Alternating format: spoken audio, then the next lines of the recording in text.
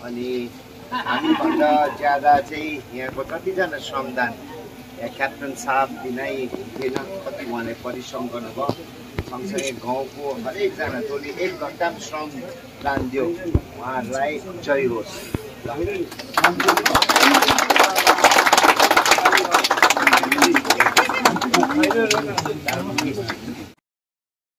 कमानमा 2020 को जीवनमा हामी जीवन बिताउन सक्दैन।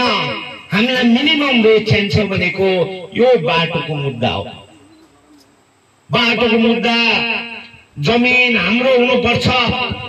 5 डेसिमल हामी बंगाल सरकारले जुन चाहिँ थोप्छ हामी मान्दैनौं। हाम्रो जमिनको सुरक्षा हुनुपर्छ भनेको यही मुद्दा हो। जब सरकारले उद्योगपतिहरूलाई 30% जमिन हाम्रो बाउ बाजेले सिचेको जमिन अब उद्योगपतिलाई दिनु भन्दाखेरि हामी मान्दैनौं भनेर यसमा कडा विरोध गर्ने हाम्रो बाटोको मुद्दा हो। सिन्कोनाबारीमा त्यस्तै छ। एउटा इलेक्ट्रिक मिटर लाउनु पनि म्यानेजरको एनओसी आजको दिनमा।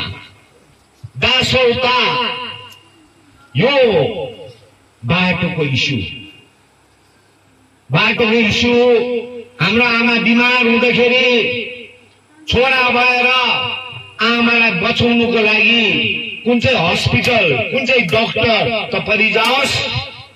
दार्जिलिङ बजार, बिजनबारी बजार, मिरिक बजारमा गएर एउटा टेबल र त्यहाँ एउटा बोतल, एउटा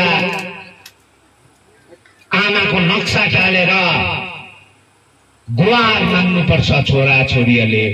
गोर्खाको पीर यही हो। अनि हामी यो छोड्नु सक्दैनौं। बाटो पनि छोड्दैनौं अनि माटो पनि छोड्दैन भनेको यही।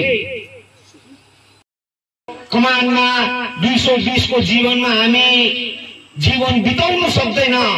हामीलाई मिनिमम वेज चाहिन्छ भनेको यो बाटोको मुद्दा हो। बाटोको मुद्दा जमिन हाम्रो हुनुपर्छ। 5 डेसिमल हामी बंगाल सरकारले जुन चाहिँ थोप्छ हामी मान्दैनौं। हाम्रो जमिनको सुरक्षा हुनुपर्छ भनेको यही मुद्दा हो। जब सरकारले उद्योगपतिहरूलाई 30% जमिन हाम्रो बाउ बाजेले सिचेको जमिन अब उद्योगपतिलाई दिनु भन्दाखेरि हामी मान्दैनौं भनेर यसमा कडा विरोध गर्ने हाम्रो बाटोको मुद्दा हो। सिन्कोनाबारीमा त्यस्तै छ। एउटा इलेक्ट्रिक मिटर लाउनु पनि म्यानेजरको एनओसी आजको दिनमा। दासौता यो बाटोको इस्यु।